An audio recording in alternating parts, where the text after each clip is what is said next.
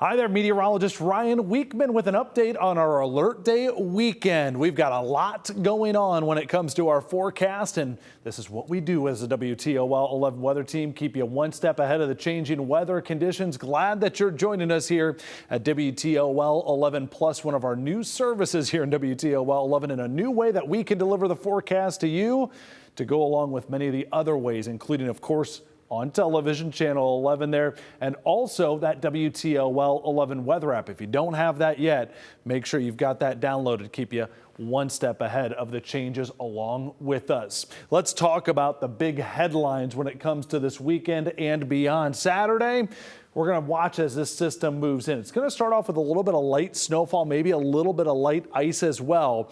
Indications are that enough warm air is going to get infused into this system that things switch over by the evening hours over to rainfall. And I'm going to give you a real detailed hour by hour look at that coming up here in just a few minutes. And when I say warm air, I don't mean it's going to feel like spring outside. I'm talking about 33, 34 degrees. We're going to be sitting just above that freezing mark, which is going to help switch things over. Let's look at our next headline. This would be for Sunday, and we've had these alert days in place Sunday and Saturday since last weekend. We always try to give you the most advanced first heads up at what's changing. This has been one that's been rock steady in our forecast this week. This snowburst looks a little bit more interesting Sunday morning. We're going to have to go through rain, so most of what falls here on Saturday is going to melt away with rain. And then on the back side of this system, we're going to be watching as a burst of snow tries to mix in at the end. I'm going to say 2 to 4 inches on that one right now, okay? This is probably the most volatile part of the whole forecast that could see some changes. But at this point, I think it's also the best potential for us to get a little thump of snowfall out of it. And then when we talk next week's forecast, whatever is on the ground, winter-wise, whether that's ice, slush, snow, it's going to be locked into place because bitterly cold air is going to return. I'm calling next week the second coldest week of winter, behind, we all remember that week in January where highs for a couple of days were all the way down in the single digits. It's not going to get quite that extreme, but oof, it's going to be cold, as we found out here on this Friday. In fact, let me see, we're not the only ones going to experience the big time cold. This is going to be a plunge of Arctic air that goes all the way to the deep south, and a large portion of the Central Plains, Midwest, Great Lakes, Eastern Seaboard going to be joining us in this big plunge of cold air. Watch it here on our hour by hour forecast. The floodgates are open for this Arctic blast to dive south out of Montana and the Dakotas, and then it comes swinging around. And keep in mind that this air is going to be not only bitterly cold, but the Great Lakes have been in winter now for several weeks, several months. The water temperatures of Lake Michigan and Lake Erie are nowhere near as warm as they were when we started off the winter season. In fact, Lake Erie still over 90% covered by ice. So this is one of those situations where the Arctic air doesn't get slowed down quite as much by the warm waters of the Great Lakes because they've had so much heat zapped out of them. Yes, it still helps us a little bit, but not as much as it would have earlier in the winter season. Look at our full forecast here. Temperatures again on Saturday critically get up just above freezing for us, and that's a number that's going to be very close to see as you get up into southern Michigan. Things might be a little bit trickier there weather-wise, a little bit more freezing rain, a little bit more snow, so be aware of that if you're going to be heading that direction. Here's that cold blast next week, Monday, Tuesday, Wednesday. I've got high temperatures in the teens. Overnight lows, especially if we get snow on the ground, overnight lows are going to plummet here all the way back down into the single digits, or perhaps all the way down close to zero. So be aware of that one. When I said it's going to be the second coldest week of the winter, that's what I'm talking about. So I started off with what we know is on the way, and that would be the cold. Let's talk a little bit more about this winter system headed our way. In fact, I want to have a little bit of fun. Let's go across the studio here. And this is the WTOL 11 studio, by the way. If you watch us on air, this is where our anchors hang out, where you see a lot of our newscasts. I'm going all the way over here to what we call the weather bridge area, if you want to get some behind the scenes information. And I stand here a lot of times. You can see our weather center in the background there. And I like standing here because I can talk about and narrate over what's happening to our screen right here. So I'm going to undo the button so I can really get into this and watch what happens here, because there's obviously, I'm recording this just before noon on Friday. There's not a whole lot happening right now. The sunshine outside is very nice for us here. Let's go to the West Coast, where things are a little bit more busy, a little bit more active, because the storm system that's coming our way for the weekend, it's out here in parts of California. Maybe you've heard it on the news. We've certainly been covering it about the flash flooding that's been happening, the treacherous mountain snow that's been coming down.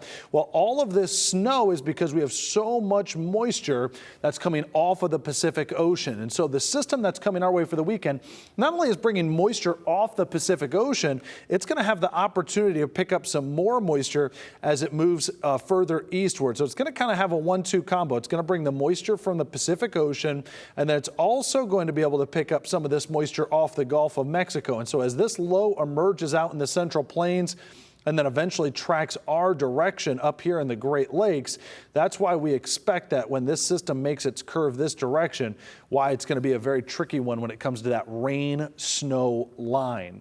So that's kind of the ingredients that are coming together, so to speak, for this to happen. Here's something we don't show you on air very much. This is called vorticity. This is essentially the energy and the rotation in the atmosphere. This large area of very positive vorticity tells us that this is a very elongated system. This is telling us essentially we're diagnosing. I feel like a doctor here. I don't want to downplay what doctors do here, but you can kind of see it looks like almost an MRI scan or like an X-ray or something, right? This is something we look at a lot as meteorologists, and this energy extends all the way up off the coast of British Columbia, Vancouver. So the main area of low pressure is down here. What we're looking at down here in parts of Southern California, that's one area. You can think of it this way, just simplistic. There's one area of low pressure there. We've got another area of low pressure and piece of energy up here towards Portland and Vancouver. And essentially, this one is playing catch up with the bigger one. Let's kind of think of it as a little brother, if you will.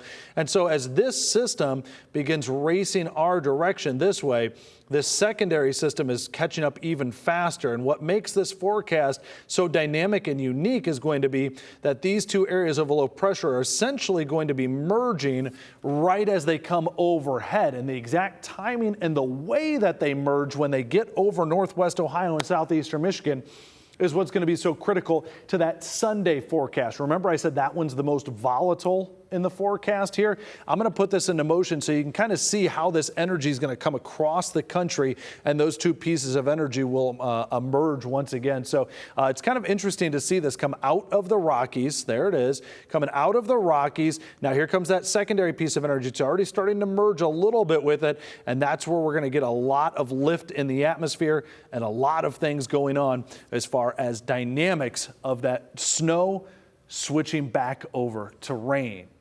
Kind of geeky, right? I hope you don't mind. That's why I love we get a little bit of extra time here on WTOL 11 Plus. I said, do you have that WTOL 11 weather app? If not, here's what you're missing out. I'm going to go back to our weather center, and I want to show you kind of how we do this back here in the WTOL 11 Weather Center. This would be one of our video updates that we provide multiple times per day. And I've got to get everything situated here, and you got to look all pretty, right? You got to make it look good. So what we do is we can send a video in this format directly back to you. We've got all of our computers, we've got all the data that we could want back here, and then we can analyze it, put it in some pretty graphics, and then give you an update. So whether that's severe weather for tornadoes, or in this case for winter weather, we can show you what we're expecting. So let's bring it up here. This is our hour-by-hour forecast. And right now what we're looking at is fairly quiet conditions on a Friday. Okay, let's put the clock into motion.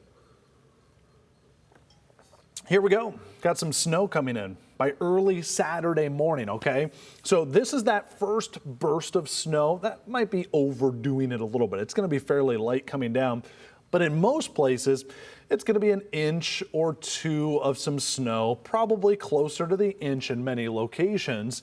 And then we expect that that snow is eventually going to taper off and lead things actually to be fairly quiet. Maybe a little bit of freezing rain during the late morning hours for our Saturday.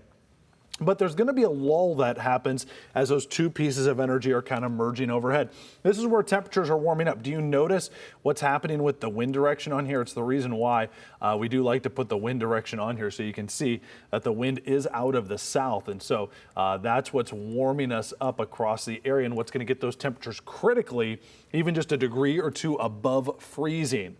Put the clock into motion. Here we are at 6 p.m. Saturday. Again, a few miles makes a big difference. There's the rain across southern Michigan there. May be able to hang on to a little bit more freezing rain or snow, but I think eventually pretty much everybody's going to switch over to rain until you get north of Adrian, Monroe, up towards the Ann Arbor area. That's where you may hang on to it a little bit longer, but look at Findlay, Tiffin, Toledo. It's green, so we've got plain old rain coming down in the forecast.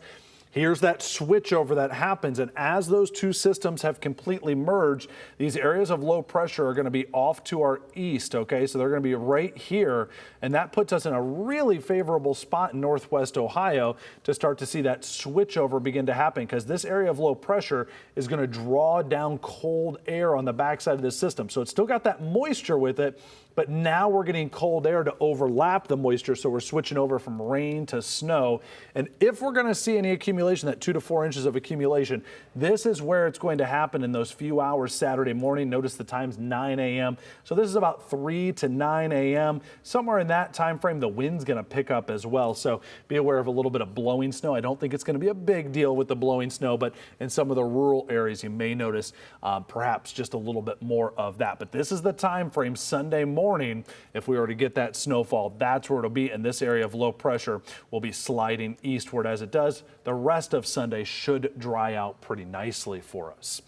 We're trying to hit every spot with this video here on WTOL 11 Plus. I'm going to go over to the green screen now. Let me talk a little bit more about the forecast so you know exactly what's happening. We'll go over to our Max 1 system.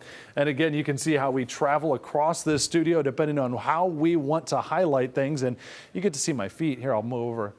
Hey there, see, one side of the studio all the way to the other. And here's our green screen for you so you can see some of the stats that we wanted to show you. For the season so far, we've only seen 8 inches of snow officially here in Toledo. By the way, that still ties New Orleans for the amount of snow that they've seen this entire year as well. We're about 17.5 inches behind pace. So needless to say, if we get that 2 to 4 inches of snow Sunday morning, that would be our biggest snow in over 2 years. Let's see how it all shakes out. Even if we got to 2 inches of snow, that would be our biggest snow in over a year. Full extended forecast. Here's the alert day for Saturday. We've got the alert day out for Sunday morning, and then the bottom's going to drop out temperature-wise. We know Monday, President's Day, we're looking at a high only in the teens. Monday, Tuesday, Wednesday, and I said those overnight lows were going to be frigid, right? Look at that, down in the single digits. And if that snow ends up closer to the 4 inches versus the 2 inches, we're going to be dropping these overnight lows even colder. So just a heads up on that. It's going to be more of a refrigerator effect that's going to happen. The rest of this 10-day forecast, I know it's been super busy weather-wise this week. We get through this weekend. There's a little system on Thursday to watch for a little bit of light snow, a little bit more light snow possible on Sunday as well. But at this point, neither of those look like significant systems for us. And the reason why is the same reason we didn't have huge snowstorms in January when we had that extreme cold. Do you remember being taught in second grade the collision of the air masses, the hot and cold, that's where storms build up, right?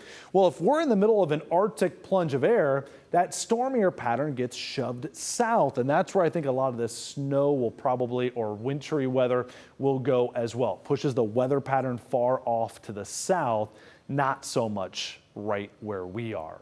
Maybe you're looking at that forecast and saying, I just want spring. Come on, can I please have spring? 34 days, we're getting there. And that first day of spring, 7:46 is the sunset time for us. So yes, it's just around the corner, a little more than a month away. But of course, our attention here in the WTOL 11 Center is focused on Saturday into Sunday morning. The weekend forecast here shows us the snow and the rain at times that will be likely. And once again, check out that WTOL 11 weather app for the very latest. We know with a dynamic system like this one, there's going to be adjustments that will happen in the forecast. And if there's anything, whether that snow goes down, that snow goes up, whatever it is, maybe more freezing rain, it's a possibility here, especially on Saturday as things lighten up during the afternoon. You can count on us right here in the WTOL 11 Weather Center to give you the honest updates and try to be the first to make that happen for you as well. We're so glad that you're joining us here on WTOL 11 Plus. We've got plenty more content on here. If you want to get a little more lighthearted on the weather side of things, click the Off the Radar show. Yes, we have a lot of fun on there. I think you'll enjoy it as well. And of course, stay tuned this week. We'll keep you updated on everything with these alert days through Saturday and Sunday. Have a great weekend.